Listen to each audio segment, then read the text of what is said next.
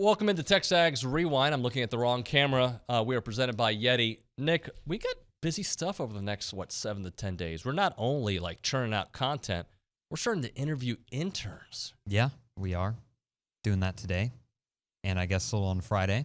And then, I don't know, it doesn't all, I don't have to interview everybody. I'm only worried about what's going on here at the show. Yeah, well, I say it to you, and people wondering, why is that a topic? Well, because I think sometimes you want to see what's happening behind the scenes at TexAgs. So we're going to be talking to some folks. We'll be finding some new social center people because we got people graduating. Anna Rosa's graduating. Tomas is graduating. So we got a big group of folks graduating. So we'll be looking for some new social folks. But on the show today, we did I think we did a little bit of everything, right, Nick? It was mostly baseball, football.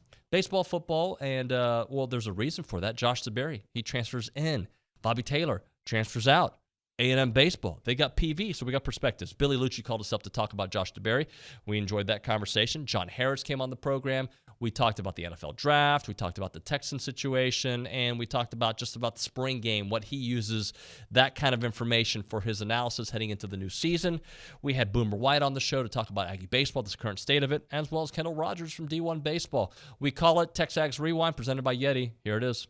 I think Smoke Bowie could have been good, and I think the big blow was, that Denver Harris couldn't get his act together.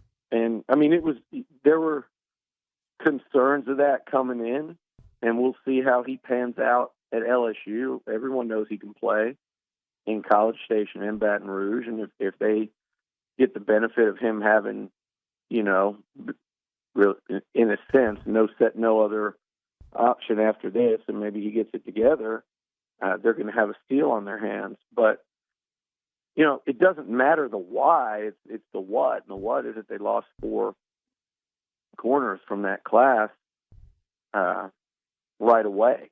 Within a couple of them, I guess, were here at the midterm, but essentially within a year. You didn't get to develop them. You didn't get any of the plus of what they could be. But as far as Bobby goes, I think, he's a guy that when you took him, we said this a lot, he's a down-the-road prospect with a ton of upside. You said that about him and Malik Silla, his teammate at Katy. Malik has a chance to really help as a pass rusher this year. He's still got some development to do, but it's still a major need on the roster, and he's making progress. But that was kind of the thought with Bobby. Tremendous frame. Hasn't really didn't really stay healthy in high school. But, man, the upside was off the charts because of the build, because of how he could run. He's incredibly strong. But a lot of the same issues plagued him in a year plus here at A&M, where just, couldn't really be out there on the practice field as much as he needed to. And he was still a down-the-road development guy. Yeah, that's kind of the way it is. It's funny, I was on Twitter the other day. This actually, I can't remember what school it was. I think it was Florida State. And there was a Twitter thread going, yeah, man, we need a wide receiver, we need an offensive lineman, we need a defensive back. That's where, those are the players I go get right now. And I'm like, oh, wait, that's right. You can go to the transfer portal and go find some players that you want to go get. Now, I've not seen DeBerry, so I'm not familiar with him, obviously, but I will become very familiar with him. But that's the way college football is now. Tony Grimes comes in. He leaves North Carolina. North Carolina had, he played at North Carolina and played very, very well. But it got to a point where it was like, hey, I want to go play somewhere else. There's some changes. Coach leaves. All of a sudden, Tony Grimes is an Aggie. I just think transfer portal offers you the opportunity, and especially, I would think at A&M where collective dollars are probably fairly handy, maybe. And I think it's going to be an interesting dynamic, I think, with people that have that money going forward. Because for a long time, when the university would call a donor, they would say, hey, we want to build a facility, or we want to improve the locker room. We want to make this renovation. And now the call might be, hey, we need to get this defensive back from out of Boston College. How do you feel about donating to the collective? I think it's, the fundraising aspect of things, I think, is going to change at the college level, which is very, very interesting.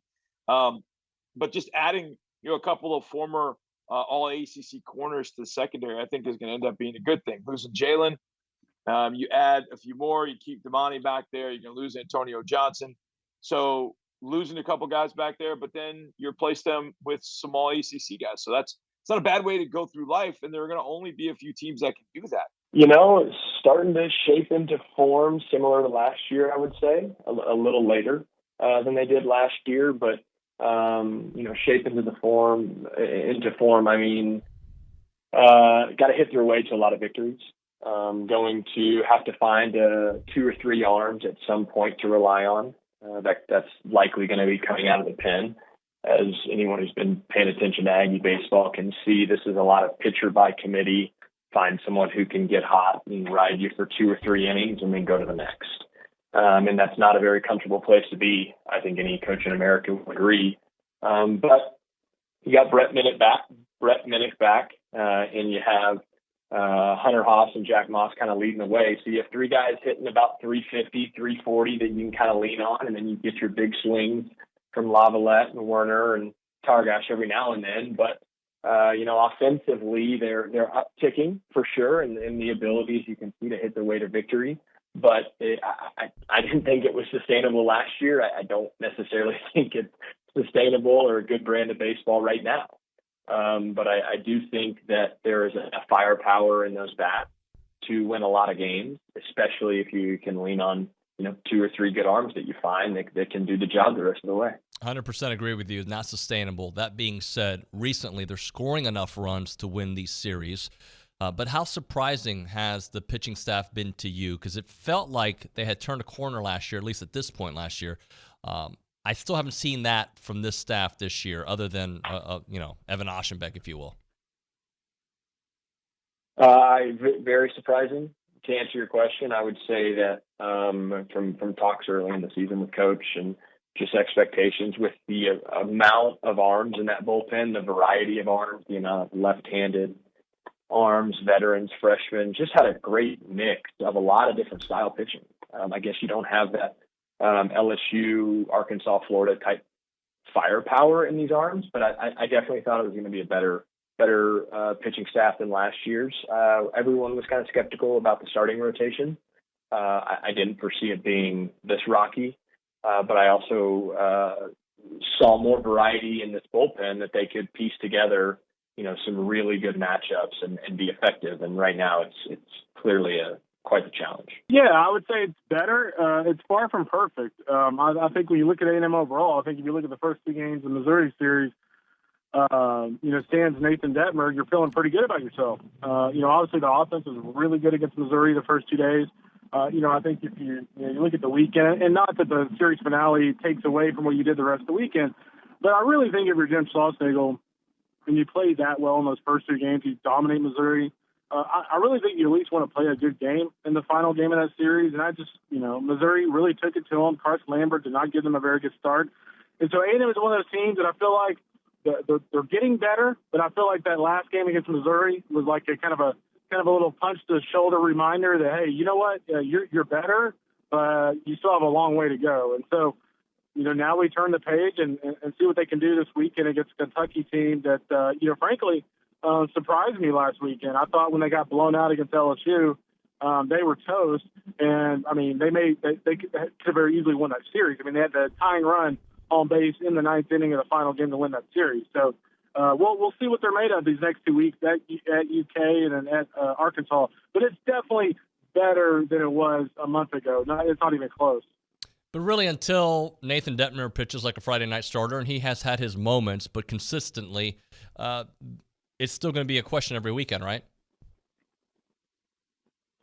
Yeah, I mean, it really is one of those teams that from a pitching standpoint right now, you're kind of like, and I do feel like they've established some bullpen roles, but I feel like in terms of starting rotation, it's still very much up in the air. And so, I keep thinking like, hey, eventually they'll kind of get this together. But at some point, it's kind of like the old saying: if it quacks like a duck, it's probably a duck. And at some point, if they're bad every single weekend, or let's just say they're inconsistent. I wouldn't say they're bad every single weekend, but they're inconsistent every single weekend.